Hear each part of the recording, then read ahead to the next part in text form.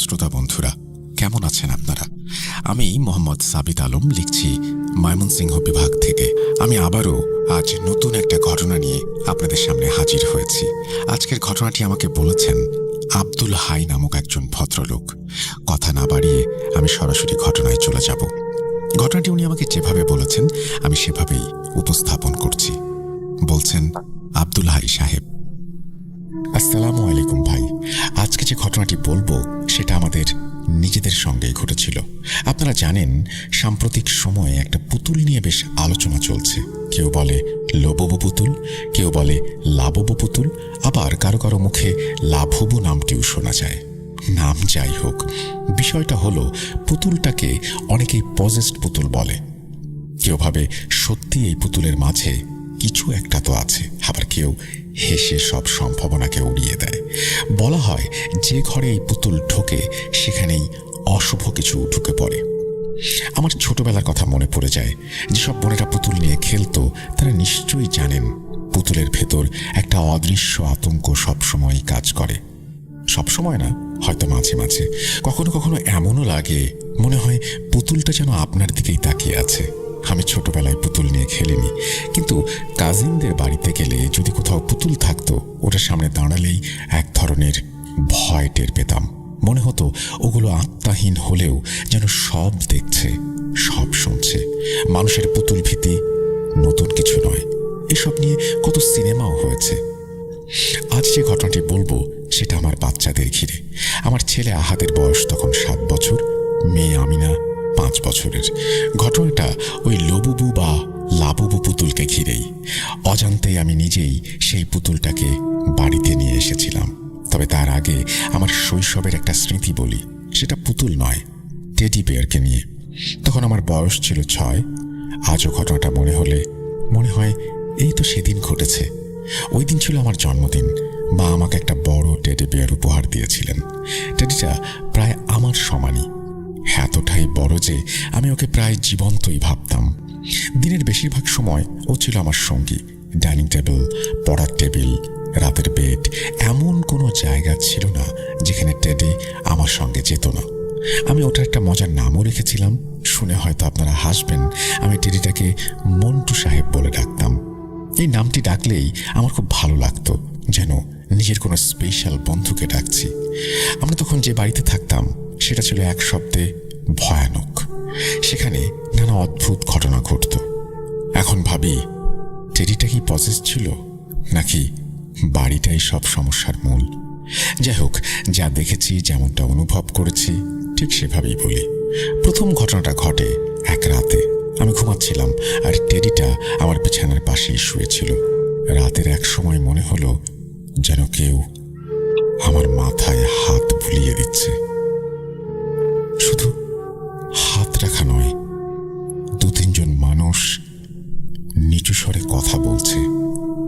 ঘুম ঘুম অবস্থায় প্রথমে আমি গুরুত্ব দেইনি, কিন্তু কথা বলার আওয়াজ যখন একটু একটু করে স্পষ্ট হতে লাগলো, তখন এক ঝটকায় উঠে বসলাম।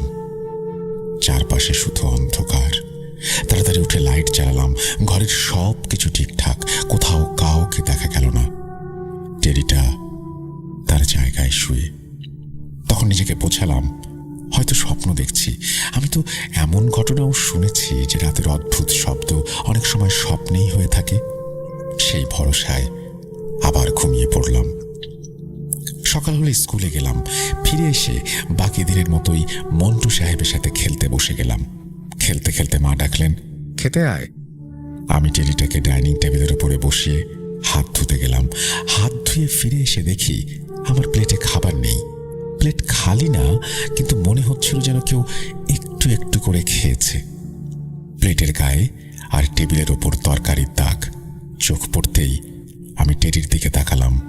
অবাক হয়ে দেখলাম টেডির হাতেও তরকারির দাগ লেগে আছে। আমার বয়স কম, সরল মন তখন ভাবল টেডিটাই বোধহয় খেয়ে ফেলেছে। কিন্তু সঙ্গে সঙ্গেই মনে হলো একটা টেডি বেয়ার খাবে কিভাবে? নিশ্চয়ই ওই অদৃশ্য সত্তাই খেয়েছে, যেটা ঘরে ঘোরাফেরা করে। মা এসে দেখলেন, তিনিও অবাক। তবে মা জানতেন আমাদের বাড়িতে অদ্ভুত ঘটনা ঘটে। আমরা সবাই জানতাম মাঝে মধ্যে কিছু না কিছু হচ্ছেই। মা কিছু না বলে শান্ত গলায় বললেন, খাবি না? চল আর একটা প্লেট করে দেই। আজও মা বলেন, যদি জিন খেয়ে থাকে তাহলে টেডির হাতে তরকারির দাগ লাগলো কিভাবে? বাড়িটা সত্যি এক ভাগ ভয় আর এক ভাগ অভ্যেসে পরিণত হয়েছিল। নতুন কোনো ঘটনা ঘটলে প্রথমে ভয় পেতাম, কিছুদিন পর সব স্বাভাবিক হয়ে যেত। আরেকটা ঘটনা, একদিন আমি আর মা বাইরে কথা বলছিলাম। হঠাৎ আমার ঘরের ভেতর থেকে কিছু একটা পড়ে যাওয়ার মতো শব্দ হলো। শুধু পড়ার শব্দ নয়, যেন কোনো কিছু ভেঙে ছড়িয়ে পড়েছে। আমি আর মা দৌড়ে ঘরের দিকে গেলাম। দরজাটা বন্ধ।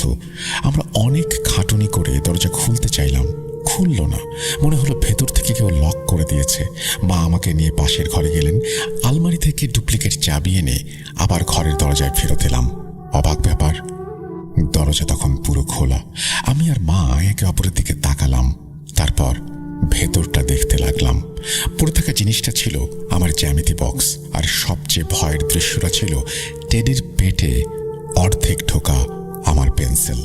যেমন কেউ ছুরি গেঁথে দেয়, ঠিক তেমনি পেন্সিলটা অর্ধেক ভেতরে অর্ধেক বাইরে। আমি এগিয়ে গিয়ে পেন্সিলটা টেনে তুললাম। তুলতেই টেডির পেটে একটা ছোট ছিদ্র দেখা গেল। এত জোরে ঠেসে বসানো হয়েছিল যে কাপড় সরিয়ে ভেতরের রেশমির তুলার ভেতর পর্যন্ত সেটা ঢুকে গিয়েছিল। আমার তখন কান্না পেয়ে গেল। মা আমাকে জড়িয়ে ধরে শান্ত করলেন, টেডির ছিদ্রটা সেলাই করে দিলেন যেন দেখা না যায়। এখন ভেবে অবাক হই, একটা পেন্সিল মেঝেতে পড়ে গেলে টেডির পেটে এভাবে ঢুকে যায় কিভাবে? কিছুদিন পরের কথা, দুপুরবেলা স্কুল থেকে ফিরে আমি গোসল করছিলাম। তখনই মনে হলো যেন কেউ আমার রুমে ঢুকেছে। আমার দুই বন্ধু ছিল, সায়রি আর নাবিল। দুজনেই পাশের বাড়ির। স্কুল শেষে প্রায়ই আমার কাছে খেলতে আসতো। এতই বন্ধুত্ব ছিল একে অন্যের সাথে যে ঘরে ঢুকতে আলাদা করে বলতে হতো না। বাইরে হাঁটার শব্দ, খেলনার খচখচ আওয়াজ, ফিসফিস কথা সবই কানে আসছিল। আমি ভাবলাম ওরাই এসেছে। নিশ্চিন্তে গোসল করলাম। 10 থেকে 15 মিনিটের বেশি সময় লাগেনি। বেরিয়ে গিয়ে দেখি রুম ফাঁকা, অথচ খেলনাগুলো ছড়িয়ে আছে এমনভাবে যেন কেউ একটু আগেই সেগুলো নিয়ে খেলেছে। টেডিটাও বিছানা থেকে উল্টে পড়ে আছে। বন্ধুরা এভাবে এলো আর না বলেই চলে গেল। বিরক্ত হলাম। আগে কখনো এমন করেনি। আমি ঘর থেকে বেরিয়ে মায়ের কাছে গেলাম। মা এসে রুমটা দেখে বলল, কে করলো? আমি বললাম, সায়রি আর নাবিল। মা প্রথমে বললেন, ওরা তো আজ আসেনি। আমার মুখে তখনই ভয়ের ছাপ। মা সঙ্গে সঙ্গে সুর পাল্টে বললেন, আসলে এসেছিল, আমি দেখেছি। নিশ্চয়ই তাড়াহুড়ো করে চলে গেছে। সন্ধ্যায় ওদের মাকে বলবো। খেলনা ছড়িয়ে রেখে যাওয়া। সন্ধ্যায় পার্কে গিয়ে খেলতে খেলতে শুনলাম সায়রি নানির বাড়ি গেছে গতকালই, আর নাবিল আজ অসুস্থ, সর্দি কাশি। গা শিউরে উঠল। তাহলে আমি যে কণ্ঠ শুনেছি, যে পদচিহ্ন, যে খচখচ শব্দ, যে ছড়ানো খেলনা, সবটা কিভাবে? সেই ভয় নিয়ে কাটিয়ে দিলাম দিনগুলো। বয়স বাড়ল, টেডির সঙ্গে খেলা কমতে থাকলো। এমন সময়ও এলো যখন টেডিটাকে স্টোর রুমে রেখে ভুলেই গেলাম। এক রাত আমি জেগে কোনো মুভি দেখছিলাম। হঠাৎ মনে হলো বিছানার নিচ থেকে আওয়াজ আসছে। আওয়াজটা এমন যেন বিছানার তলায় কেউ গড়াগড়ি খাচ্ছে। আমাদের ফ্লোর কাঠের ছিল, তাই ছোট আওয়াজও স্পষ্ট শোনা যেত। প্রথমে ভেবেছিলাম সিনেমারই সাউন্ড, আবার মুভিতে মন দিলাম। কিছুক্ষণ পর হালকা ঠক ঠক, যেন নিচ থেকে কেউ টোকা দিচ্ছে। মুভি পজ করে কান পেতে শুনলাম। থেমে গেল। কয়েক সেকেন্ড পজ করে আবার চালালাম। প্রায় আধা ঘন্টা পরে বড় ধাক্কা। এবার শুধু শব্দ নয়, নিচ থেকে একটা ঠেলা লাগলো, যেন কোনো মানুষ নিচ থেকে হাত ঠেলে বিছানায় আঘাত করছে। বুক ধরফর করে উঠল। আমি চুপচাপ শুয়ে রইলাম। চেক করব নাকি অপেক্ষা করব, এই দ্বিধা নিয়ে 5 থেকে 10 মিনিট কাটলো। হঠাৎ পুরো বিছানাটা কেঁপে উঠল, যেন কেউ জোরে ধাক্কা ধাক্কা দিয়েছে। ভয়ে আমি চিৎকার করে উঠলাম। আমার চিৎকার শুনে মা বাবা ছুটে এলেন, লাইট জ্বালালেন। আমি বিছানা ছেড়ে তাদের কাছে গেলাম। ভয়ের চাপে কথা জড়িয়ে যাচ্ছিল। মা বাবা আমাকে চেয়ারে বসালেন, তারপর আমার হাতে পানির গ্লাস ধরিয়ে বললেন, কি হয়েছে বল। আমি ওনাদের সবকিছু খুলে বললাম। বাবা বিছানার পাশে গিয়ে নিচু হয়ে তাকালেন, তারপর যা বের করলেন তা দেখে আমার শরীর অবশ। বিছানার নিচে ছিল আমার পুরনো সেই দিদি, মন্টু সাহেব। আমি তো ওটাকে অনেক মাস আগে স্টোরে তুলে রেখেছিলাম। মা বাবার দিকে তাকালাম প্রশ্ন ভরা চোখে। মাও চিন্তিত। বললাম, এই টেডি এখানে এলো কিভাবে? কাজের মেয়ে রেখেছে নাকি? কিন্তু কোনো প্রশ্নের উত্তরের চেয়ে বড় প্রশ্ন ছিল, বিছানাটা কাঁপছিল কেন? টেডি কি নিজে নিজে বিছানায় ধাক্কা দিচ্ছিল, নাকি ঘরে যে অদৃশ্য সত্তা ছিল সে টেডিটাকে সামনে রেখে খেলা করছিল? আল্লাহ ভালো জানেন। পরদিনই মা টেডিটা কাজের মেয়েকে দিয়ে দিলেন, আর 1-1.5 মাস পরে আমরা সেই বাড়িটা বদলে ফেললাম। তারপর থেকে দীর্ঘদিন কোনো অস্বাভাবিক ঘটনা ঘটেনি। এই স্মৃতিগুলো ধীরে ধীরে মুছে গিয়েছিল। অনেক বছর পর আজ আমি নিজেই একজন বাবা। আমার ছেলে আহাদ 7 বছরের, আমিনা 5 বছরের। সে সময় লুববু বা লাববু পুতুল নিয়ে তেমন হইচই শুরুই হয়নি। পরে যে সব খবর ছড়ায় তখনও সেগুলো তেমন শোনা যায়নি। আমি একদিন দোকানে গিয়েছিলাম মেয়ের জন্য পুতুল দেখতে। তাক ভর্তি পুতুলের মধ্যে একটার দিকে আমার চোখ আটকে গেল। যে পুতুলটার কথা বলছি ওটা অন্যগুলো থেকে আলাদা। পুতুলের মুখভঙ্গি, চোখের কাঁচ, পোশাক সব মিলিয়ে এক ধরনের কৌতূহল জাগায়। মনে হলো আমিনার ভালো লাগবে। আমার মেয়ে হরর ফিল্ম, থ্রিলার এসব একটু পছন্দ করে, তাই ভাবলাম ওর রুচির সঙ্গে যাবে। কিন্তু তখন বুঝিনি কি বিপদ বাড়িতে নিয়ে আসছি। বাড়ি ফেরার পথে সেই প্রথম অদ্ভুত ঘটনা। রাত, গাড়ি চালিয়ে ফিরছি। হঠাৎ কবরস্থানের পাশ দিয়ে যাওয়ার সময় গাড়ির ইঞ্জিন বন্ধ হয়ে গেল। গাড়িটা একদম নতুন। ইগনিশন লাইট কখন জ্বলে কখন নেভে বুঝে উঠতে পারছি না। ব্যাটারি চেক করলাম, ঠিক আছে। এমন সময় সাহায্য পাওয়া কঠিন। কাউকে কল দেব কিনা ভাবছি, ঠিক তখনই এলো আমার স্ত্রীর ফোন। এখনো আসেনি। আমি ওনাকে ব্যাপারটা বললাম। কবরস্থানের নাম শুনেই উনি অসুস্থ বোধ করতে লাগলেন। আশ্চর্য, ওর অসুস্থতার কথা বলা মাত্রই গাড়ি নিজে থেকেই স্টার্ট নিল। আমরা মজা করে বললাম, আপনি তো দেখি বড় হাফেজা, আপনার নজরেই গাড়ি চলতে শুরু করেছে। তখন মাথায় আসেনি পেছনের সিটে রাখা পুতুলটার সঙ্গে এই ঘটনার কোনো যোগ থাকতে পারে।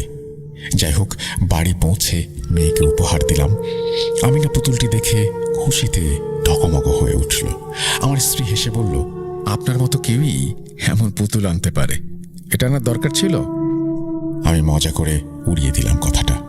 পরের রাত বাড়ি ফিরে দেখলাম আমার স্ত্রী অনেক অস্থির হয়ে আছেন। জিজ্ঞাসা করতেই বললেন, গতকাল যে পুতুলটি এনেছ সেটা নিয়ে আমার অদ্ভুত একটা অনুভূতি হচ্ছে, খুব নেগেটিভ ভাইব। তুমি কি এটাকে ফেলে দিতে পারবে? আমি অবাক। কালই তো উপহার দিলাম, আজই ফেলে দেব কারণ ছাড়াই? একটা কথা বলে রাখি, আমার স্ত্রীর 6ষ্ঠ ইন্দ্রিয় খুব তীক্ষ্ণ। অনেক সময় আগে থেকে এই বিপদের গন্ধ উনি টের পেয়ে যান। আমি জিজ্ঞেস করলাম, কিছু দেখেছ? তিনি বললেন, না কিছু দেখিনি, কিন্তু বুঝতে পারছি সমস্যা আছে। 2-4 দিন যেতে না যেতেই আমিও বাড়িতে এক ধরনের অন্ধকার ভাব অনুভব করতে শুরু করলাম। লাইট জ্বলছে, তবু মনে হচ্ছে আলো কম। শ্বাসরোধ করছে যেন কেউ। এক সন্ধ্যায় আমরা সবাই ডাইনিংয়ে বসে খাচ্ছি। আমি না খেয়ে নিজের রুমে গেল। কিছুক্ষণ পরই তড়িঘড়ি করে ফিরে এসে চিৎকার দিয়ে, মা, বাবা আসো। তার মুখ দেখে বোঝা যায় কি ভয়ই না সে পেয়েছে। কিছু কিছু বাচ্চারা সাধারণত জিন ভূত এসব ভাবনায় ভয় পায় না, কিন্তু নিজের মেয়েকে এমন আতঙ্কে কাঁপতে দেখে বুকটা কেঁপে উঠল। আমি দ্রুত রুমে গেলাম। চেয়ারে লবু পুতুল বসে। আমি শান্ত গলায় জিজ্ঞেস করলাম, কি হয়েছে? আমিনা বলল, বাবা, এই পুতুলটার চোখ নড়ছিল। আমি নিজেকে বুঝিয়ে বললাম, কাপড়ের পুতুলের চোখ নড়বে কিভাবে? প্লাস্টিকের পুরনো পুতুলের চোখ হলে বা বন্ধ হয়, কিন্তু এই ধরনের পুতুলে এটা সম্ভব না। তবুও আমি পুতুলটার দিকে তাকিয়ে রইলাম কিছুক্ষণ। কোনো নড়াচড়া দেখিনি, তবু মেয়ের কথা এড়িয়ে যেতে পারলাম না। বললাম, মা, তুমি ভুল দেখে থাকতে পারো। আমিনা জোর দিয়ে বলল, না বাবা, আমি কসম খেয়ে বলছি আমি দেখেছি। আমার বাচ্চারা মিথ্যা বলে না, ওরা প্র্যাঙ্কও করে না। এমন সময় আহাদ, যে পাশে বসে সব কথা শুনছিল, বলল, পুতুলটা আমাকে দাও, আমি রাখবো। আমি রাজি হয়ে গেলাম, আমিনাও রাজি হয়ে গেল। আমরা ঘুমোতে গেলাম। পরদিন অফিস থেকে ফিরে ডাইনিংয়ে বসতেই লক্ষ্য করলাম আহাদ অস্বাভাবিক রকমের চুপচাপ। আমি জিজ্ঞেস করতেই এড়িয়ে গেল। কয়েকবার জিজ্ঞেস করার পর বলল, ঠিক আছে তো সব। খাওয়া শেষ, আমি টিভি অন করলাম। আমার স্ত্রী তার ফোনে ব্যস্ত। আচমকা লন্ড্রি এরিয়ার দিক থেকে প্রচণ্ড একটা ধামাকা, যেন শর্ট সার্কিট। ধামাকার সঙ্গে সঙ্গে বাড়ির সব আলো নিভে গেল। আমি টর্চ নিয়ে ছুটে গেলাম। ফিউজ বক্স পুড়ে গেছে, আর সবচেয়ে ভয়ঙ্কর দৃশ্য, ফিউজ বক্সের নিচে পড়ে আছে একটা কালো রঙের বেড়াল, মৃত। স্তব্ধ হয়ে দাঁড়িয়ে থাকলাম কিছুক্ষণ। ফিউজ বক্স আর বেড়ালের এই কাহিনী বোঝার উপায় নেই। আমি কোম্পানিকে ফোন করলাম। টেকনিশিয়ান এসে হতভম্ব, একসঙ্গে সব ফিউজ উড়ে গেল কিভাবে? প্রশ্নটা অনেক বড়। 2-3 দিন পর, সম্ভবত রবিবার, আমি বাড়িতেই। ভাবলাম, আহাত কেন এখনো ঘুম থেকে উঠছে না দেখি তো। দরজায় নক করলাম, সাড়া নেই। দরজা খুলে দেখি ছেলে ঘুমোচ্ছে, কিন্তু পুতুলটা যেভাবে বসে আছে সেটা দেখে গায়ে কাঁটা দিয়ে উঠল। ঠিক এমনভাবে বসে আছে যেন জীবন্ত কোনো সত্তা কারো দিকে তাকিয়ে আছে। আমি পুতুলটা আলতো করে তুলে আলমারির ভেতরে রাখলাম। কিছুক্ষণ পর আহাত জেগে উঠল। আমরা ড্রয়িং রুমে বসে আড্ডা দিচ্ছি। এমন সময় ওর রুমের ভেতর থেকে ধুপ করে একটা আওয়াজ। মনে হলো আলমারির দরজা। আমি আর আহাত ছুটে গেলাম। দেখি আলমারির দরজা খুলে গিয়ে কপাটটা মেঝেতে পড়ে আছে, পুতুলটা সামনেই। আহাতের দিকে তাকিয়ে বললাম, এটার সঙ্গে খেলবি না ফেলে দেব? আহাত বলল, না থাক, এটা একটু আলাদা, রাখি, পরে আমি না বড় হলে খেলবে। এরপর থেকে বাড়িতে বাতাসে একটা অজানা ভয়। কিভাবে বোঝাই? মাঝে মাঝে মনে হতো ঘরে অন্ধকার জমে আছে। লজিক ছাড়া কিছু মানতে আমার কষ্ট হয়, তাই সবকিছু পুতুলের সঙ্গে জোড়া দিতে চাইনি। কিন্তু অস্বাভাবিক ঘটনাগুলো একটার পর একটা ঘটতেই থাকলো। কখনো গাড়িতে সমস্যা, কখনো ওয়াশিং মেশিনে, কখনো ফিউজে। বাচ্চারা অকারণেই ঝগড়া করছে। একটা অস্থিরতা, সেটা বাসার সব কোণে যেন ছড়িয়ে পড়ল। আমার স্ত্রী বারবার বলছিলেন, নেগেটিভ কিছু একটা আমি টের পাচ্ছি। আমার হাস্যরস তখন থেমে গেছে। তারপরেও বলেছিলাম, কাল যদি তোমার দিক থেকেও নেগেটিভ ভাইব আসে, তাহলে কি তোমাকেও বাড়ি থেকে বের করে দেব? হেসে বলেছিল সে। হ্যাঁ, আমরা হেসেছি, কিন্তু মনে ভয় বাসা বেঁধেছিল। একদিন আহাদ আমাকে রুমে ডেকে হোমওয়ার্ক দেখাচ্ছিল। আমি খাতায় চোখ রাখছি। রুমের এক কোণে চেয়ারে পুতুলটা ছিল। হঠাৎ আহাদ চিৎকার করে বলল, বাবা দেখো। চোখ তুলে দেখি চেয়ারে যে পুতুলটা ছিল, কয়েক সেকেন্ডের ব্যবধানে সেটা অন্য একটা জায়গায়। ওভাবে ওপরে ওঠানো সম্ভব না। আমি হতভম্ব। ঠিক তখনই বাড়ির বাইরে থেকে আমার স্ত্রী ডাকলেন, দ্রুত এসো।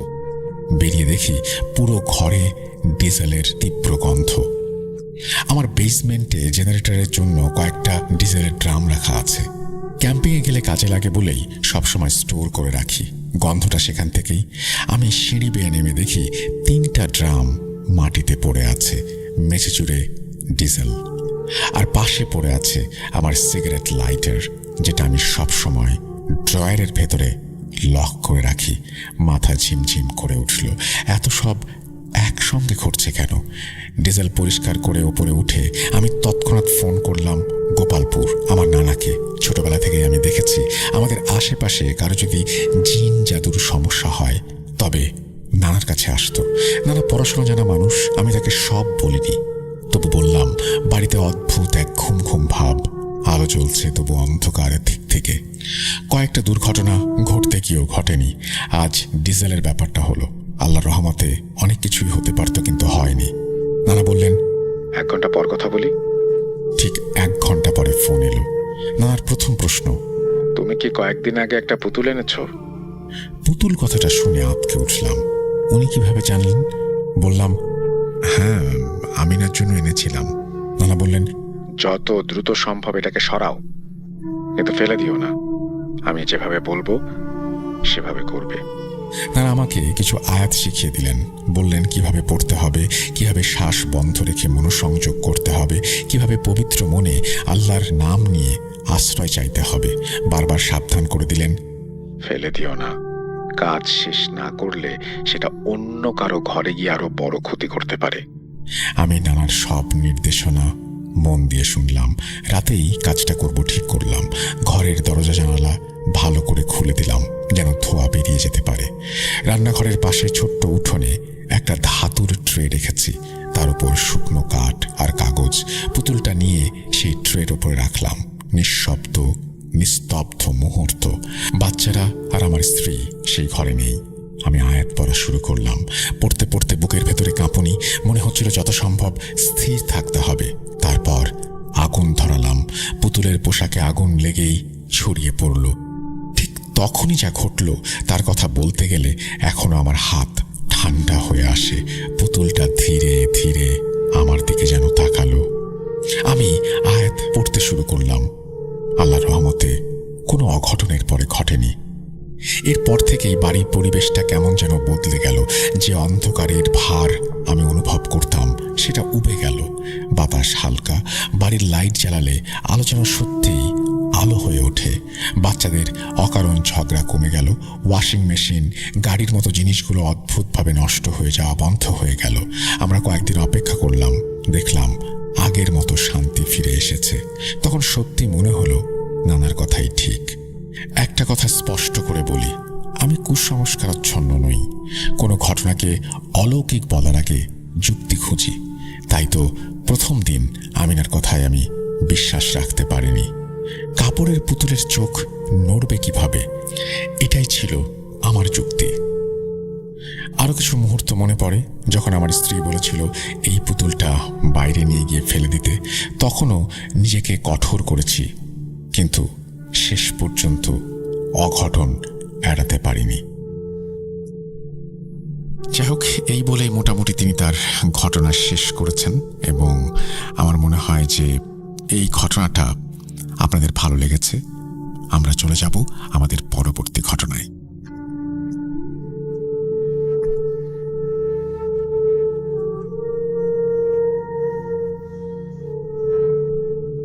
Spirit, be here with me.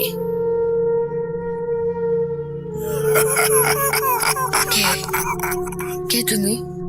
Bhoot.com. The fear returns with Russell. Welcome back. আপনাদের সবাইকে স্বাগত জানাচ্ছি। আমি রাসেল। আশা করছি আপনারা সবাই ভালো আছেন, ভালোর দলে আছেন। আমিও ভালো আছি, ভালোর দলে আছি। আর ইমেইলের পরে এখন সরাসরি চলে যাব ঘটনায়, অর্থাৎ অডিও ক্লিপের ঘটনায়। চলুন শুরু করা যাক। আসসালামু আলাইকুম রাসেল ভাই, আসসালামু আলাইকুম লিসেনার। আমি কাতার প্রবাসী, আমি মোহাম্মদ ইমরান। আমার বাসা কুমিল্লা জেলার মুরাদনগর থানার দারুরা ইউনিয়নের একটা গ্রামে। প্রথমে বলে রাখি ভাই, আমি শুদ্ধ ভাষা তেমন একটা বলতে পারি না, তো আমি আমার ভাষায় বলতেছি ভাই ঘটনাটা। তো এই ঘটনাটা হচ্ছে, আমি তখন দেশে ছিলাম, আমি রেন্টে কার চালাইতাম। তো রেন্টে কার কি সেটা তো সবাই জানেন আপনারা, যে বিয়ে শাদী টিপ, তারপরে এয়ারপোর্টের টিপ, বিভিন্ন জায়গার টিপ হয়। তো ঘটনাটা 2018 লাস্টে কি 19-এর শুরুতে হবে। তখন আমি রেন্টে কার চালাই। তো একদিন আমার গ্রাম থেকে 3-4টা গ্রাম পরে আমার একটা টিপ পড়ে সিলেটে। তো মেয়ের বাড়ি আমাদের গ্রামের ওইখানে, আর ছেলের বাড়ি হচ্ছে সিলেট। তো মেয়ের বিয়ে হয়েছে, উঠায় আনতে যাবে আর কি, বউভাত টাইপের কিছু একটা এরকম। তো আমার যে টিপ দিছে, তো ওনারা আগেই আমার বইলা দিছে যে আমি হেল্পার নিতে পারবো না। আপনারা তো জানেন যে আমাদের সাথে হেল্পার থাকে। তো আমার বইলা দিছে হেল্পার নিতে পারবো না। তো ভোরে ভোরে রওনাই তুইব। তো আমাদের কুমিল্লা থেকে সিলেট যেতে মোটামুটি তখন তো রোড এত ভালো ছিল না, এখন তো একটু একটু ভালো, তখন এত রোড ভালো ছিল না। তো লাগে যেত মোটামুটি 8-9 ঘন্টা লাগতো। তা আমি ভোর 4টার দিকে রওনা করছি। তো আমি যাত্রী নিয়ে আপনার 2টা-3টা নাগাদ, 3টা-4টা নাগাদ সিলেটে পৌঁছাই। তারপরে ওইখানে যাওয়ার পরে খাওয়া দাওয়া করলো, সবাই বসলো, রেস্ট করলো, কথাবার্তা করলো, মানে বেরোতে বেরোতে মোটামুটি রাতের 9টা বেজে গেছে। তো তখন আমি রাতের 9টায় আমি টান দিই গাড়িটা ওইখান থেকে। তো আসার সময় ভালোই পুরোটা রাস্তা আইলাম। তারপরে ব্রাউনবাড়িয়া পার হওয়ার পরে যখন কুমিল্লা শুরু হয়েছে, ওই পর্যায়ে একটা স্টেশন আছে এখানে মিরপুর। ওইখানে যারা চলাচল করে তারা জানে, স্টেশনগুলো জানে। তো মিরপুর আছে, মাধবপুর আছে। তো ওই মিরপুর মাধবপুর স্থানের মাঝামাঝি একটা জায়গা আছে, ফাঁকা জায়গা, মানে মিরপুর স্টেশন থেকে মাধবপুর স্টেশনে যাওয়ার যে ফাঁকা জায়গাটা, তো আমার গাড়িটা ওইখানে আছে। তা আমার সামনে একটা প্রাইভেট কার আছে, আর আমার স্পিড তখন 60 কি 70 এরকম হবে। তো আমি যখন প্রাইভেট কারটার প্রায় ওভারটেক করবো এরকম জায়গায় আর কি, তো আমি দূর থেকে দেখতেছি যে সামনে একটা ট্রাক হয়তো বা নষ্ট হয়ে গেছে বা টায়ার পাংচার হয়ে গেছে, ট্রাকটা সাইডে রাখা আছে।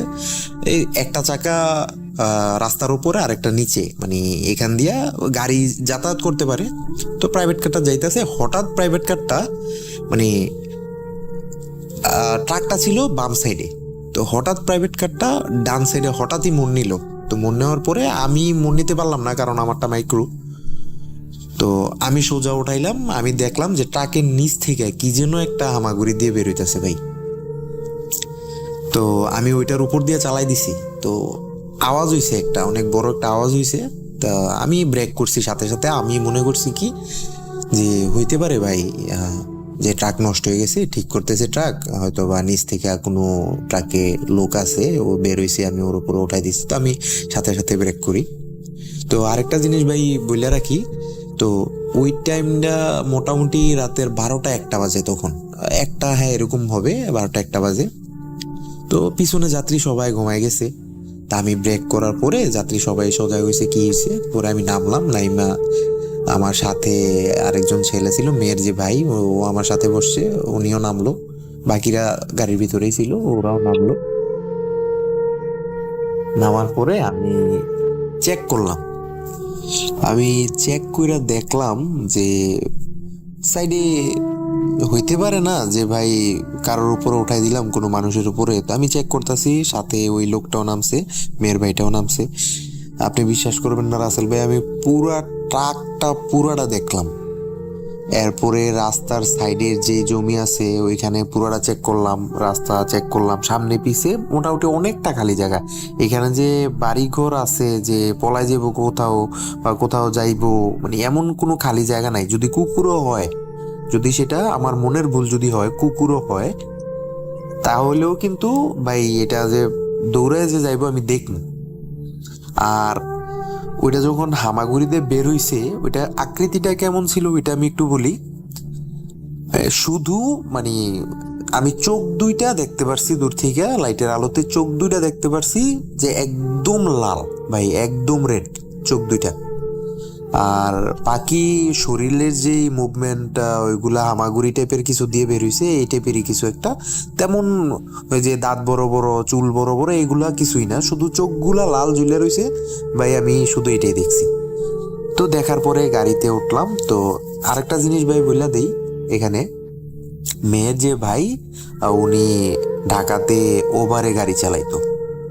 তো ওনার মোটামুটি এ ব্যাপারে ধারণা আছে, এগুলা রাতের বেলা চলাফেরা করলে এরকম হয়, ওনার ধারণা আছে। উনি আমারে কি করলো, উনি বললো যে ভাই গাড়িতে উঠালান, সমস্যা নাই, কিছু হয় নাই, গাড়িতে ওঠেন, গাড়ি টান দেন। পরে ভাই গাড়িতে উঠলাম। তা আমি তো চিন্তা করতেছি কি হইলো, এটা কি হইলো।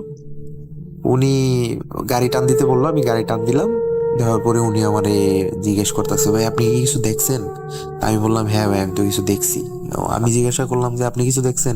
উনি বললো, হ্যাঁ দেখছি, এটা সমস্যা না, রাস্তাঘাটে এমন অনেক কিছু হয়।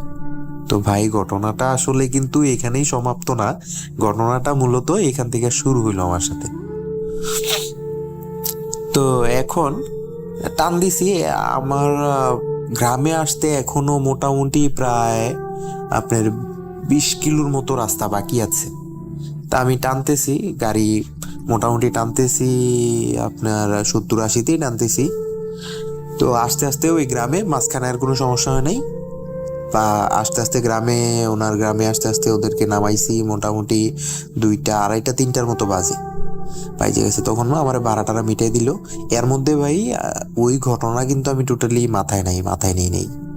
তো ওই সময় আমার বয়সও তেমন না, কম বয়স, আমার বয়স তখন 19-20 কি চলতেছে এমন। তো এখন ভাড়াটারা মিটাই দিছে, টুকটাক আমারে বকশিসও দিছে, তা আমি খুশি। তো এগুলা নিয়ে আমি এখন আইসা করবো। ওই টাইমে ওই যে মেয়েটার ভাইটা উনি বলতাছে যে, ভাই রাত তো অনেক হয়ে গেছে, আপনি তো এখন একা একা বাসায় যাবেন, আপনি যাইয়েন না, আজকে আমাদের সাথে থাইকা যান, আমার বাসায় থাইকা যান। তো এই কথা বলছে, তো আমি আবার ওই ঘটনাটা ভুলে গেছি, আমার মনে নেই। উনি বলার পরে ঘটনাটা আমার মনে হয়েছে যে আরে আমার সাথে তো এই ঘটনাটা ঘটছে। তো এখন আমি থাকতেও পারতেছি না, আবার মনে মনে ভয়ও পাইতেছি। কিসের জন্য? আমি ভাই সকালে আমার আরেকটা টিপ আছে, তা আমি তাড়াতাড়ি গাড়ি নিয়ে বাসায় যেতে হইব, এবং গাড়ি পরিষ্কার করে আমি সকালে আবার টিপ আছে আমার, ভোরে ফজর আজানের সময় আমার টিপ আছে। তা আমি আসতে হইব, বাধ্যতামূলক আমার আইসা পড়তে হইব, আমি ওখানে থাকতে পারতেছি না। তা আমি বললাম ওনারে যে এই অবস্থা তারপরে উনি আমার অনেক জোরাজোরি করলো যে ভাই আপনি থাইকা যান, রাস্তায় তো একটা ঝামেলা হয়েছে, কোনো সমস্যা হইতে পারে, আপনি থাইকা যান। তো উনি এই কথা বলার পরে আমার মোটামুটি একটা ভয় এসে গেছে ভিতরে। এরপর উনি জোরাজোর করলো, তো এখন আমার তো কিছু করার নেই, থাকতে পারবো না আমি। তো আমি ভাড়াটারা নিয়ে আল্লাহর নাম নিয়ে গাড়ি টান দিলাম। তো ওই গ্রাম থেকে আমার বাসায় আসতে, মানে আমার গাড়ির গ্যারেজে আসতে মোটামুটি আধা ঘন্টার মতো টাইম লাগবো। আমি যদি ভালো করে টাইমে আসি তাহলে আধা ঘন্টার মতো টাইম লাগবো। আর ওইটা টোটালি গ্রাম সাইড, ওইটা গ্রাম সাইড, রোড পাকা আছে, তো গ্রাম সাইড। ওই গ্রাম সাইডটা পার হওয়ার পরে, 2টা গ্রাম পার হওয়ার পরে ছোট্ট একটা হাইওয়ে টাইপের, ওইখান দিয়ে মোটামুটি সারা রাতি গাড়ি চলে। এরপরে আবার আমার বাড়িতে আসতে একটা গ্রাম সাইড। আমি গাড়ি ওনার কাছ থেকে ভাড়া নিয়ে টান দিলাম। ভাই একটা ব্রিজ পড়ে, তা আমি গোমতী নদীর যে ব্রিজ আমাদের, ওই ব্রিজটার উপরে আসছি। তো একটা তো বুঝছিনি যে আসলে আমরা মানুষরা যেই জায়গার মধ্যে আমাদের মানা, ওইখানে কৌতূহল আমাদের বেশি। তা আমার চোখ বারবার আমার লুকিং গ্লাসে যাইতেছে, মিররে যাইতেছে যে পিছনের সিটে কিছু আছে কিনা, আমি দেখতেছি বারবার ওই ওই জায়গায়। এরপরে হঠাৎ কইরা পিছনে একটা আওয়াজ হইতেছে গাড়িতে। তো আমি কি করলাম, আমি লুকিং পিছনে তাকাইলাম, আমার গাড়ির ভিতরে যে গ্লাসটা আছে ওইটা দিয়ে পিছনে তাকাইলাম, যে লাস্টের যে সিট আছে আপনার মাইক্রোতে জানেন, প্রথম ড্রাইভিং সিট, তারপরে মাঝখানে আরো 2টা সিটের পরে লাস্টে একটা সিট আছে। ওইখানে আমি দেখলাম যে সেম ওই যে ভাই 2টা চোখ দেখলাম, ওইখানে সেম একটা অবয়ব পিছনে বসে আছে। জাস্ট আমি শুধু ওই চোখগুলোই দেখতেছি, বাকি মুখটা টোটালি কালো, ফেস টোটালি কালো। এখানে যে নাক মুখ কি কোথাও আছে কি নাই এটা আমি টোটালি বুঝতেছি না। আর ভাই এত দেখারও তখন আমার মাথায় নাই, আমি জাস্ট চোখগুলা দেখছি একদম লাল টকটকে ভাই, রক্তের মতো। দেখা আমি সাথে সাথে গাড়ি পার্কিং এ ফালাই আমি গাড়ি থেকে নেমে গেছি। নাইমা আমি একটা দৌড় দিছি, দৌড় দেওয়ার পরে ওইখানে যে বাজারের মধ্যে, ওই ব্রিজটার পরেই বাজার একটা, তো ওই বাজারের মধ্যে গার্ড আছে, তা আমি ওইখানে দৌড় দিয়ে চলে গেছি। আরে ওই জায়গাটা আমার পূর্ব পরিচিত, এগুলো আমার পরিচিত। তো আমি ওইখানে গিয়ে ওদের সাথে দাঁড়াইলাম। তো ওরা বলতেছে কি হয়েছে ভাই? তো পরে আমি বললাম যে এই অবস্থা। পরে গাড়িতে আসলাম, তো গাড়িতে আসার পরে দেখলাম যে কিছুই নাই, তো সবকিছু ঠিক আছে, ওকে। তো এখন হেরা কই যাচ্ছে, না ভাই আপনি হয়তো বা সারা রাত গাড়ি চালাইছেন অঘুমা, এই জন্য হয়তো বা ভুল দেখছেন। কারণ আমি ভাই ওই রাস্তায় যে ঘটনাটা আমার সাথে ঘটছে ওইটা আমি ওদেরকে বলি নাই। আমি এখানে যেটা হয়েছে, আমি যেটা দেখছি, আমি এটাই বলছি ওদেরকে। পরে কিছু নাই, এখন তো আমার তো যাইতে হইব। তা আমি আবার গাড়িতে উঠলাম, গাড়িতে উঠা গাড়ি চালাইতেছি। তো 2টা গ্রাম পার হইয়া যখন ওই যে বললাম যে ছোট একটা হাইওয়ে, ওইখানে প্রায় আইসা পড়ছি। তো আমি বারবার পিছনের দিকে তাকাইতাছি, আবার ভয়ও পাইতাছি, এমন একটা অবস্থা। এরপরে গাড়িটা আরেকটু টান দেওয়ার পরে প্রায় আমার গ্রামের কাছাকাছি, প্রায় মোটামুটি। তো হঠাৎ করে পিছনে তাকাইছি আর দেখি যে ভাই, প্রথমে তো দেখছি যে লাস্টের সিটে, এখন হচ্ছে আমার যে ড্রাইভিং সিটটা আছে আমার পিছনের সিটে বসা, আর আমাকে আমি দেখা একদম স্তব্ধ। আমি গাড়ি ব্রেক করছি, হার্ড ব্রেক করছি, করার পরে আমারে শুধু একটা কথা বললো যে আমাকে নিয়ে, এই অবয়বটা আমার এই কথাটা বলছে যে কই যাস, আমারে নিয়ে যাবি না, এরকম একটা কথা বলছে। ভাই আমি গাড়িটার থেকে সোজা নামছি, গাড়ি থেকে পার্ক কইরা নাইমা রাস্তার ডান সাইডে বাড়ি ছিল, যে রাস্তার সাইডে বাড়িঘর থাকে না, এরকম বাড়ি আছিল। পরে আমি এক দৌড়ে বাড়িতে উঠানো যাইয়া, ওদের যে দরজাতে উঠতে যে 2-3টা সিঁড়ি থাকে, তা আমি এটুক মনে আছে, আমি দৌড়াইয়া যাইয়া ভাই সিঁড়ির মধ্যে হোঁচট খাইছি। আমি খাইয়া দরজাতে যে পড়ছি, তো ওদের আমার সিঁড়িতে হোঁচট খাইয়া আমার হাত দরজাতে যায় একদম। তো দরজাতে বাড়ি খাইছি, এরপর আমার কিছু মনে নাই। পরে আমি চোখ খুলছি, কতক্ষণ পরে চোখ খুলছি, হইতে পারে আধা ঘন্টা বা 10 মিনিট 20 মিনিট। দেখি যে অনেক মানুষ ভিতরে এখানে আমার দিকে তাকায় আছে, যে জিজ্ঞাসা করলো কি হয়েছে ভাই। তো আমি বললাম যে এই অবস্থা। তো ওরা বলতেছে যে ভাই আমরা তো হঠাৎ আওয়াজ শুনছি দরজাতে, পরে আমরা দরজা খুইলা দেখি যে আপনি এখানে পড়ে আছেন। তো পরে ওদেরকে আমি সবকিছু বললাম যে এই ঘটনা ঘটছে, আমি শুরু থেকে সবকিছু ওদেরকে বললাম। তো পরে ওরা আমার সাথে আসলো, আইসা দেখি যে আমার গাড়ির হেডলাইট জ্বলতেছে, সবকিছু রোডে, মনে হইতেছে যে কিছুই হয় নাই এরকম। তারপরে ওদের থেকে আমার সাথে 2জন লোক আসলো। তো আমি বললাম যে ঠিক আছে ভাই, আমি তো বাসায় যাইতেব, আপনারা আমার সাথে আসেন। পরে আমি ওদের সাথে 2জন লোক নিয়ে সামনে একটা বাজার, পরে ওই বাজার পর্যন্ত আসছি। আইসা ওইখানে আমি, একটা চা দোকান খোলা থাকে সব সময়, ওখানে রাতে পুলিশ ডিউটি করে, ওই জায়গার মধ্যে বসলাম। তো এরপরে কি ঘটনা হয়েছে, এই অবস্থা, আমি আমার মালিককে বললাম যে ভাই এই অবস্থা হয়েছে, আমি আজকে টিপ মারতে পারবো না। পরে টিপটা ছাইরা দিল। তো গেল এই ঘটনাটা। তো এখন প্রায় 6 মাস আর কোনো ঘটনা আমার সাথে ঘটে নাই। তো একদিন আমি এয়ারপোর্ট থেকে একটা টিপ নিয়ে আসছিলাম, এয়ারপোর্ট থেকে আমি কুমিল্লার দিকে রওনা দিছি। তো আমি যখন ভাই উত্তরা থেকে বের হইছি, 300 ফিট দিয়ে আমাদের এখানে আসতে সুবিধা হয় রাতের বেলা, 300 ফিটের এদিকে আসছি। তখন এখনের যে 300 ফিট ভাই, তখন এরকম ছিল না। তো তখনের 300 ফিট আর এখনের 300 ফিটের মধ্যে অনেক তফাৎ। তা আপনারা জানেন কি অবস্থা ওইখানে। তো তখন যে 300 ফিট ছিল, তখন ব্রিজ ছিল এখানে, নামে নাম্বার করা ব্রিজ ছিল, যে 10 নাম্বার ব্রিজ, 15 নাম্বার ব্রিজ, 300 ফিটের মধ্যে। তো 15 নাম্বার ভুইয়া ব্রিজ নামে একটা ব্রিজ ছিল এখানে। তো এখনো হয়তো বা মানুষরা জানে।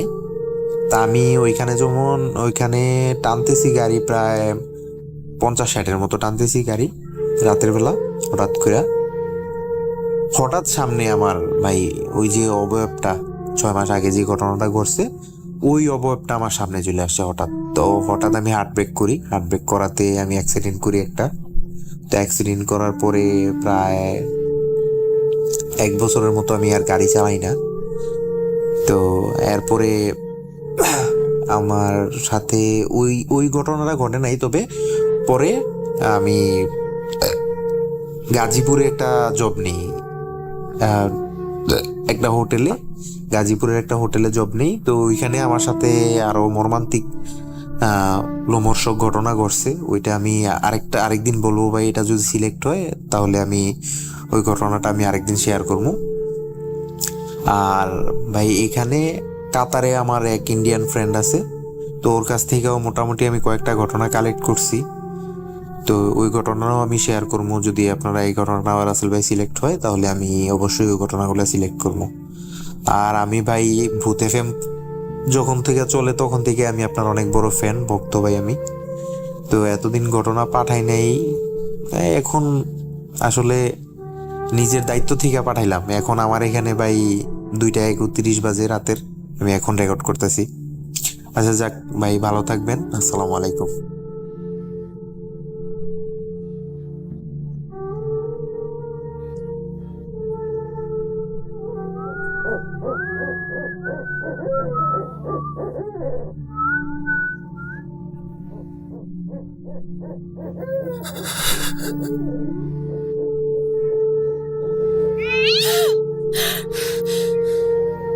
আজ আবার শুনতে পাচ্ছেন শব্দটা? আমার আয়নার ভেতরে রোজ এভাবেই আসে।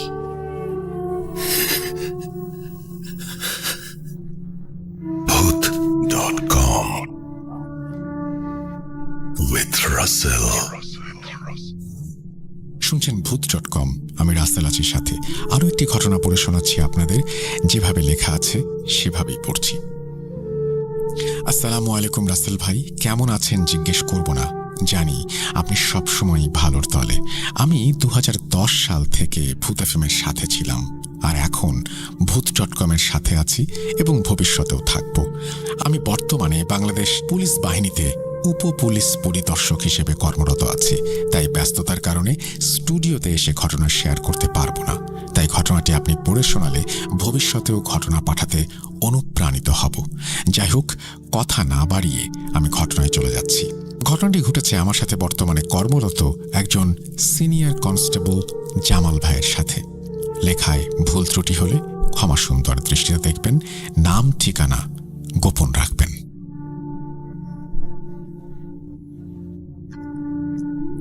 7 বছর আগের ঘটনা। কুয়াশা ভেজা এক শীতের সকালে কনস্টেবল জামাল ভাই অন্য দিনের মতো ভ্যানে করে লাশ নিয়ে যাচ্ছে মর্গে। থানার লাশ মর্গে নিতে হলেই জামাল ভাইকে খোঁজা হয়। দীর্ঘদিনের অভিজ্ঞতা আছে তার।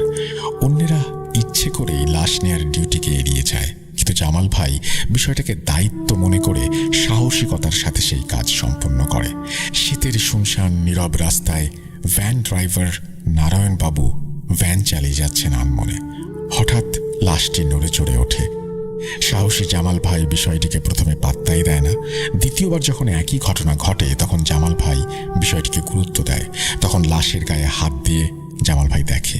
এবার আলতো করে জামাল ভাইয়ের হাতটি সরিয়ে দিল লাশটি।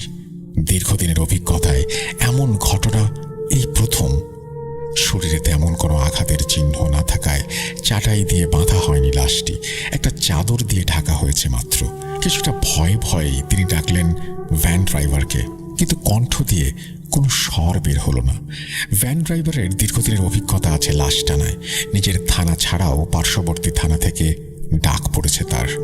বিশেষ করে কবর থেকে লাশ তুলে মর্গে নেয়া বা পচা গলা লাশ টানতে নারায়ণের জুড়ি মেলা ভার। তবে তার চাওয়া থাকে একটু বেশি। এই অতিরিক্ত চাওয়ার পেছনে তার যুক্তিও চমৎকার। সে বলে সে যে নেশা করে তার দাম বেড়েছে, সেজন্যই তার এই অতিরিক্ত চাওয়া। লাশের নিকটাত্মীয় থাকলে খুব করে আদায় করে নেয় সেই ভ্যান ড্রাইভার। অশনাক্ত লাশ হলে সব টাকা দিতে হয় তদন্তকারী কর্মকর্তাকে। আজও তেমনই ঘটনা ঘটেছে। লাশ পাওয়া গেছে খোলা মাঠে কাশবনের মধ্যে। শীতের সময় থাকায় লাশ পচেনি, তবে 2-3 দিন আগের লাশ সেটা বোঝা যাচ্ছে। তদন্তকারী কর্মকর্তা শ্রোথাল রিপোর্ট তৈরি করে গতকাল সন্ধ্যায় তার ভ্যানে করে লাশ এনে রেখেছে থানায়। জেলা সদরের দূরত্ব প্রায় 40 কিলোমিটার, তাই প্রয়োজনীয় কাগজপত্র ও লাশ নিয়ে ভোরেই রওনা দিয়েছে জামাল ভাই ভ্যান গাড়ির ড্রাইভারের সাথে। এক পাহাড়ের ওজন ভর করেছে জামাল ভাইয়ের কণ্ঠে। কোনো শব্দই বের হচ্ছে না সেখান থেকে। লাশটির চোখ খোলা, বড় বড়, পলকহীনভাবে এসে তাকিয়ে আছে জামাল ভাইয়ের দিকে। গ্রামের কাঁচা রাস্তা মারিয়ে চলছে ভ্যান। উঁচু নিচু অসমান্তরাল রাস্তায় মাঝে মাঝে প্রচণ্ড ঝাঁকুনিতে লাশ সরে যাচ্ছে। আবার টেনে নিয়ে আসেন সেটা জামাল ভাই। 30 বছরের চাকরি জীবনে বেশিরভাগ সময় তার কেটেছে লাশ স্কট ডিউটিতে। কখনো ভয় তাকে আচ্ছন্ন করতে পারেনি, কিন্তু আজ অন্যরকম এক ভীতিকর পরিস্থিতি তাকে কুঁকড়ে ধরেছে। এক অন্যরকম অভিজ্ঞতার সাথে জীবনের ওলট পালট গল্প। ভয়ে ইচ্ছে অনিচ্ছায় তাকাতে পারছে না লাশের দিকে। আচমকা লাশটি জামাল ভাইয়ের হাত ধরে উঠতে চায়। সে সময় জামাল ভাইয়ের শরীর হিমশীতলে ঠান্ডা হয়ে আসছিল। প্রচণ্ড শক্তি দিয়ে তখন জামাল ভাই লাশটিকে চেপে ধরে ভ্যানের সাথে। লাশের চোখ থেকে বের হয়ে আসছে একরাশ ঘৃণা আর প্রতিশোধের স্পৃহা। জামাল ভাই চেয়ে আছে লাশের চোখে, লাশ চেয়ে আছে জামাল ভাইয়ের দিকে। হঠাৎ লাশটি কিছু একটা যেন বলে উঠতে চাইল। জামাল ভাইয়ের হাত পা শীতে শক্ত হয়ে গেছে, চোয়াল আটকে গেছে শঙ্কায়। এমন সময় ভ্যানের ড্রাইভার হাঁক ছেড়ে ডাক দেয়, জামাল ভাই ওঠেন, মর্গ এসে পড়েছে। হঠাৎ সম্বিত পেয়ে আড়মোড়া ভেঙে জামাল ভাই তাকিয়ে দেখেন সদর হাসপাতাল মর্গের দরজায়। সে লাশের দিকে তাকিয়ে এখনো দেখে যে সেই লাশটি অপলক দৃষ্টিতে তার দিকেই তাকিয়ে আছে। সেই মুহূর্তে তিনি বুঝতে পারছিলেন না এতক্ষণ যে ঘটনা ঘটল তা কি স্বপ্ন নাকি বাস্তব। কিন্তু তিনি খেয়াল করে দেখেন তার হাতের মধ্যে 4 আঙুলের স্পষ্ট ছাপ আছে। হাতটা কেউ শক্ত করে ধরেছিল সেটা বোঝা যাচ্ছে। তার মানে উনি এতক্ষণ যা দেখেছেন তা সত্যি। বিষয়টা তিনি কাউকে কিছু জানাননি। আস্তে আস্তে তিনি বিষয়টা ভুলে যান। কয়েক মাস আগে একদিন প্যারানর্মাল বিষয়ে আলোচনার সময় তিনি এই ঘটনাটি আমার সাথে শেয়ার করেন। এই ছিল আমার ঘটনাটি 100% সত্য। যদি ভালো লাগে পড়ে শোনাবেন। বলে রাখা ভালো, আমি তুলা রাশির জাতক। আমার নিজের সাথে ও ফ্যামিলির সাথে ব্ল্যাক ম্যাজিকের ঘটনা আছে, অনেক ঘটনা সময় করে লিখে পাঠাবো। তারপর তিনি তার নাম, পদবি এবং ঠিকানা দিয়েছেন, সেগুলো আমি আজ নাই বা পড়লাম। আমরা চলে যাব আমাদের পরবর্তী ঘটনায়।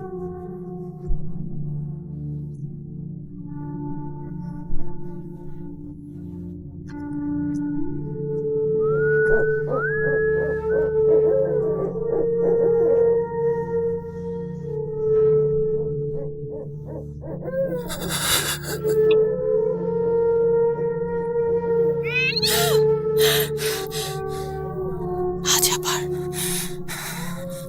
শুনতে পাচ্ছেন শব্দটা? আমার আয়নার ভেতরে রোজ এভাবেই আসে।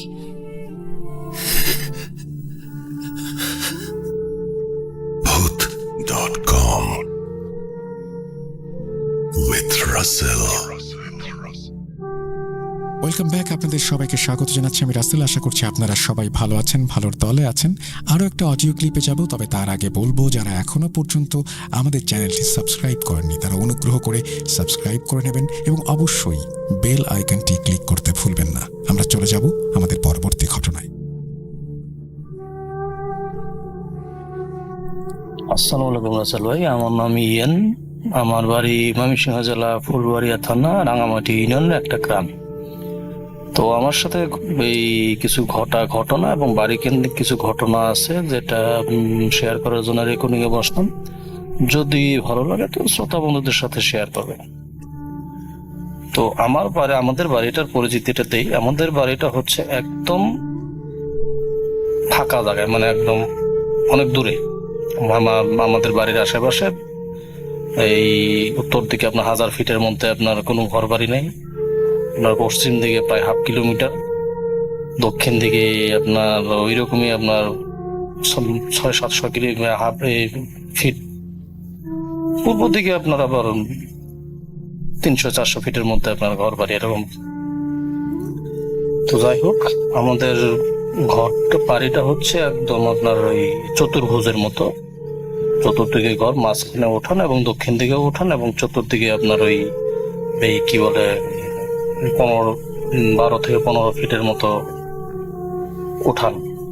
আপনার রাস্তাও বলা চলে, উঠানও বলা চলে আর কি চতুর্দিকে। তো যাই হোক, আমাদের সাথে যে বাড়ি কেন্দ্রিক যে ঘটনাটা, প্রথম যে ঘটনা, এটা সম্ভবত আপনার 91-92 সালে এরকম হবে, 91 কি 92 সন্ধ্যাবেলা। ওই সময় আপনার আমাদের গ্রামে ছিল না, বিদ্যুৎ ছিল না। এর জন্য আমরা আর আমাদের বাবাও চাকরির খাতিরে আপনার ওই মধুপুর টাঙ্গাইলের মধুপুরে থাকতো। তো আমার মা আর আমরা 2-3 ভাই বোন আর কি বাড়িতে থাকতাম। তো সন্ধ্যা মাগরিবের পরে আর কি, আসার আগে আগে আমরা খাওয়া দাওয়া করতাম, রাতের খাবার খাওয়া দাওয়া করে আমরা ঘুমিয়ে পড়তাম, পড়াশোনা করে ঘুমিয়ে পড়তাম। তো খাওয়া দাওয়া করতেছি, এমন সময় আমাদের চালের উপর আপনার আমরা টিনের চাল, ওই সময় টিনের ঘর ছিল আমাদের, টিনের চালের উপরে যে টুইয়া বা টুই বলে আর কি, ওইটা ধরে হাঁটতেছে কি খ্যাপ খুব খ্যাপ খুব খ্যাপ খুব, এভাবে একটা মানুষ চাল দিয়ে হাঁটলে যেরকম আওয়াজ হয় সেম এরকম। তো আমরা ভয় পেয়ে যাই যে এই সময় চালের উপর কে। আমার যে বড় ভাই ছিল সে টর্চ নিয়ে বের হয়ে যায়, সাথে মাও বের হয়, উপরে টর্চ দিয়ে দেখে চালের উপর কেউ নাই। তো আবার যখন আর ভিতরে ঢুকে মা এরা ভাই এরা ঘরের ভিতর ঢুকে যায়, সাথে সাথে আবার আপনার ওই চালের উপর আবার সেই খাটা। আমরা ভয় পেয়ে যাই সবাই, তাড়াতাড়ি খাওয়া দাওয়া করে আমরা ঘুমিয়ে পড়ি। এই ঘটনা প্রায় সময় আমাদের চালের উপর এরকম ঘটতো। এটা কোনো হয় নাই, এমনি কোনো ক্ষতিও করতো না, শুধু চাল দিয়ে হাঁটতো। তো যাই হোক, এই হলো ঘটনা। এই দ্বিতীয় ঘটনা যাই, এটা আমার সাথে ঘটে, এটা সম্ভবত আপনার 94 এরকম হয়, 94 থেকে। তখন আমি স্কুলে যাই আর কি। তো ওই দিন বিকালবেলা খেলাধুলা করতেছিলাম, তো মা ডাকাডাকি করতেছিলেন যে হারিকেন জ্বালানো লাগবে তাড়াতাড়ি। গ্রামে বিদ্যুৎ ছিল না আমাদের, হারিকেন জ্বালানো লাগতো। তো ওই সময় আমাদের ভাই বোনেরা সবাই বিভিন্ন জায়গায় পড়াশোনার জন্য চলে যায়। কেউ গাজীপুর কালীগঞ্জ থাকতো, কেউ মধুপুর থাকতো, আবার আরেকজন থাকতো আপনার ময়মনসিংহে, এরকম আর কি। তো আমি ওই সময় গ্রামে ছিলাম, আমি সবার ছোট একজন গ্রামে ছিলাম। তো হারিকেন জ্বালানোর জন্য আমি প্রত্যেকটা রুম থেকে হারিকেন বের করতেছি। মায়ের রুমে যখন আমি হারিকেন নিতে যাই, এই সময় প্রস্রাব একটা আসে। তো মায়ের যে এই রুমটা, এর সাথে আপনার অ্যাটাচ বাথরুম ছিল। আমি ওইখানে প্রস্রাব করতে যাই। আর ওটার যে টয়লেটটা, এটা ছিল আপনার দক্ষিণমুখী, কিন্তু আমি তার উল্টো হয়ে উত্তরমুখী হয়ে আমি প্রস্রাব করতেছিলাম। আমার সামনে আর কি ওয়াল, ওই ওয়ালের সাথেই আপনার হলো বড় বড় কড়াই রাখা ছিল। তো প্রস্রাব করতেছি, হুট করে দেখি দুটা নীল, একদম নীল নীল চোখ আমার দিকে তাকিয়ে আছে। চোখের দূরত্ব অনেক, প্রায় 10 থেকে 12 ইঞ্চি এরকম দূরত্ব, বড় বড় দুইটা নীল চোখ। তো আমি ভয় পাইনি, ভয়টা আপনার ওই সময় কাজ করে না আমার মনে। তো আমি কি বললাম যে এখানে তো চোখ, কিসের চোখ, এখানে তো কিছু থাকার কথা না, এখানে তো কড়াই থাকার কথা আমার জানা মতে। তো আমি কি করি, আমি হাত বাড়িয়ে দিই কৌতূহলবশত, ওই চোখের দিকে হাত বাড়িয়ে দিয়েছি। কি এটা? হাত বাড়িয়ে একটু হাত গোলাতেই আমার হাতে আপনার ওই কড়াইয়ের যে কালি খাস করে আওয়াজ হয়ে যায়, তাতে বুঝলাম যে এটা কড়াই, এবং কড়াইয়ের কালিতে আমার হাতগুলো এরকম আওয়াজ হয়েছে। তো আমি ওইখান থেকে বের হয়ে আমি মাকে বললাম, ডাক দিয়ে যে মা এই সমাচার। মা বলছে ভয় পাইছিস? আমি বললাম না, ভয় তো পাই নাই। পরে দেখলাম আমার হাতের 5 আঙ্গুলে আপনার ওই কড়াইয়ের কালি ভরে আছে। তো এই হলো দ্বিতীয় ঘটনা।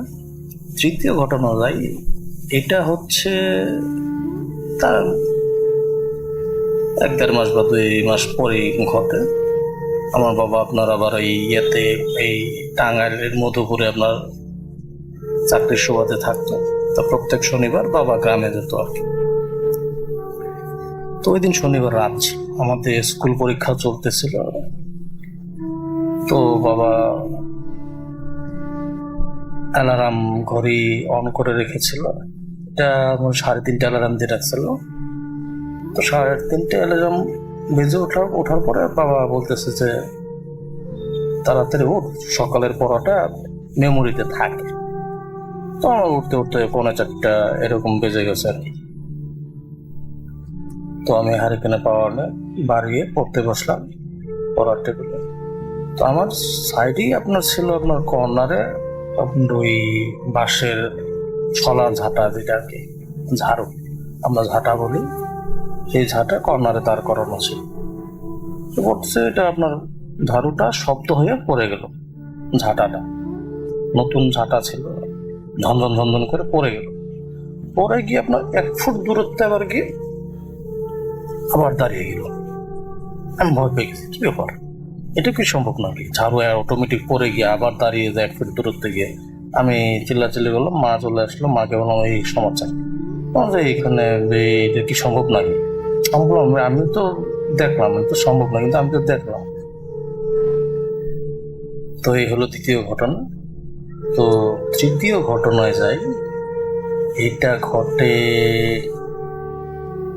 2004 শেষের দিকে, সম্ভবত 2004। তো একদিন বিকালবেলা আপনার বাজারে যাচ্ছিলাম সাইকেল নিয়ে। তো আমাদের এলাকার এক বড় ভাইয়ের সাথে মোটামুটি ভালো সম্পর্ক ছিল, চাকরির সুবাদে আর কি। বড় ভাই চাকরি করতো আর কি ঢাকাতে। তো রাস্তায় দেখা, তো বলতেছেন কোথায় যাস? আমি তো বাজারে যাচ্ছি। চল আমিও যাব। তো বাজারে আসার পরে চাটা খাওয়ার পরে ধূমপানের বসলো, ধূমপান করলাম। তো আমাদের গ্রামের বাজারে ওই সময় আপনার ওই ভিসিডি প্লেয়ার দিয়ে আপনার ওই বাংলা সিনেমাগুলো দেখানো হতো, আর রাত্রি 10টার পরে আপনার ওই নীল ছবিগুলো দেখানো হতো আর কি।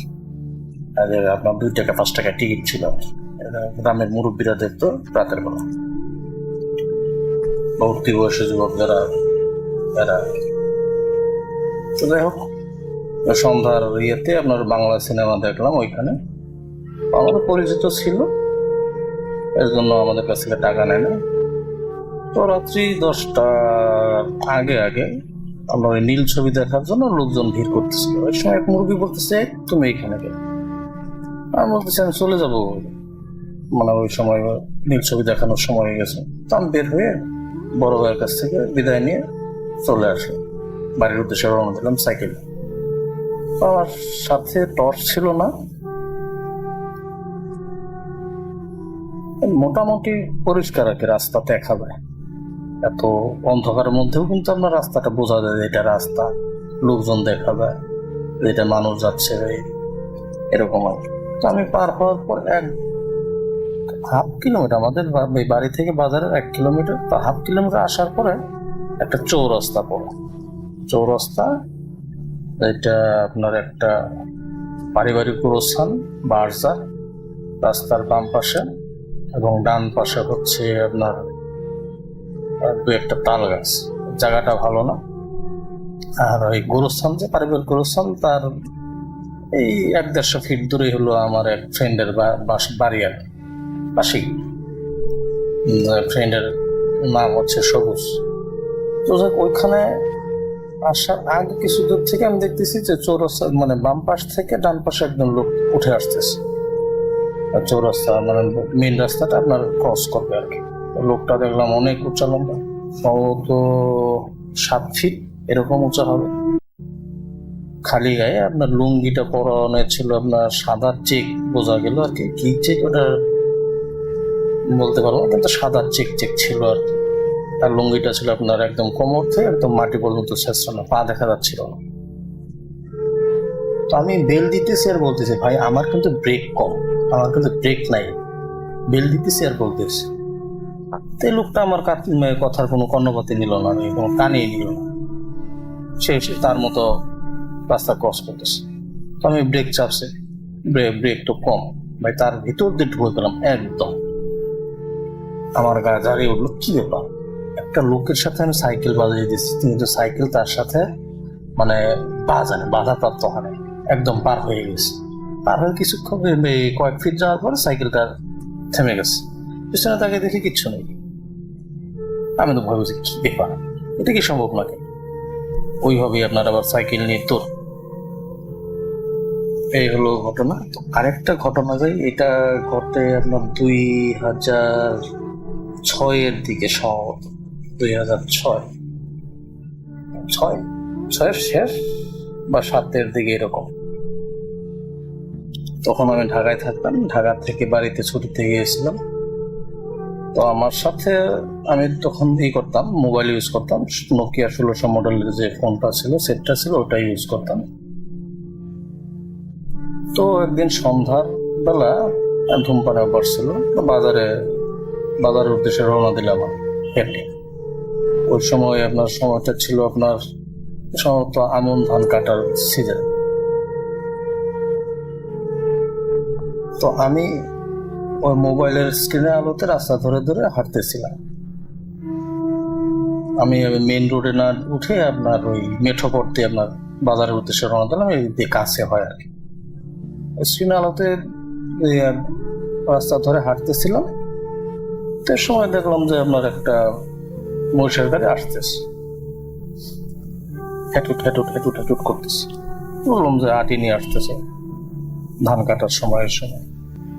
তো পার হয়ে আমি একটু সাইড হলাম আর কি, মোষের গাড়িকে সাইড দিলাম। সাইড দিয়ে আমি ভাবলাম যে তাহলে বাজারে না উঠে আমার যে ফ্রেন্ড সার্কেল আছে ওই যে সবুজ বললাম আগের ঘটনায়, সবুজ এদের বাড়ি হলো আমি তাদের বাড়ির দক্ষিণ দিকে। ওইখান থেকে সবুজদের বাড়ি হবে 4 মিনিট কি 5 মিনিটের রাস্তা। তো ওই দক্ষিণ দিক থেকে আমি উত্তর দিকে বরাবর হাঁটা শুরু করলাম সবুজদের বাড়ির দিকে। ওইখানে যাওয়ার পথেই আপনার পথিমধ্যেই আপনার একটা ছিল কাগজি ফুল, এটা বাগান বিলাস যেটা আর কি আমরা আমাদের গ্রামে কাগজি ফুল নামে পরিচিত আর কি। সেই ফুলের ডাল আপনার 6 থেকে 7 ফিট লম্বা, ভেঙে পড়ে গেল। আমি বললাম কি পড়লো এই, একদম রাস্তার ধারে। আমি স্ক্রিনে আলোতে দেখলাম যে কাগজে ফুল, ও ভাঙতেই পারে, মাত্র আটির গাড়ি মোষের গাড়ি গেছে এদিক দিয়ে। তো ওটা পার হয়ে আপনার আমাদের আমার আরেক ফ্রেন্ড বাড়ি আপনার এটা কাছে, এখানে সবুজেরাও আড্ডা দেয়, আমরাও দেই, সন্ধ্যাবেলা এসব জায়গায় থাকি। তো আমি দেখলাম ওইখানে কেউ নাই। আচ্ছা কেউ নাই, ভালো কথা, সময় নয়, বাজারে চলে গেছে। তো আমি বললাম আসছি যখন তাহলে বাড়িতে জিজ্ঞাসা করি কোন দিকে গেছে। তো ওখানে গিয়ে দেখলাম যে ফ্রেন্ডের মা, আমি মামি বলে ডাকি। তো জিজ্ঞাসা করলাম মামি এরা কোথায়? এরা তো এখানেই ছিল কতক্ষণ আগে, হয়তো আবার সবুজের বাড়ির দিকে চলে গেছে।